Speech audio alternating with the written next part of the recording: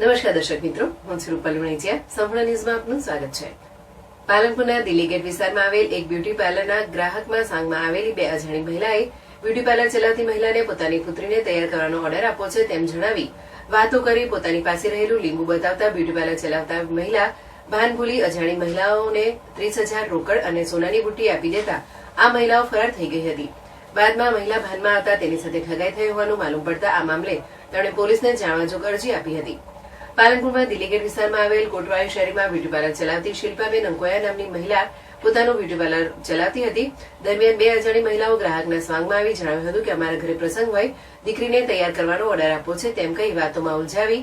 દરમિયાન એક મહિલાએ તેની પાસે રહેલ પાકીટમાંથી લીંબુ કાઢી શિલ્પાબેનને બતાવતા તેઓ ભાન ભૂલી ગયા હતા અને અજાણી મહિલાઓ તેમની પાસે પૈસા માંગતા તેમણે કમાણીના 30,000 રોકડા અને સોનાની બુટ્ટી મળી 45,000ની મત્તા આપી દેતા અજાણી મહિલાઓ આ મુદ્દામાં લઈ ફરાર થઈ ગઈ હતી.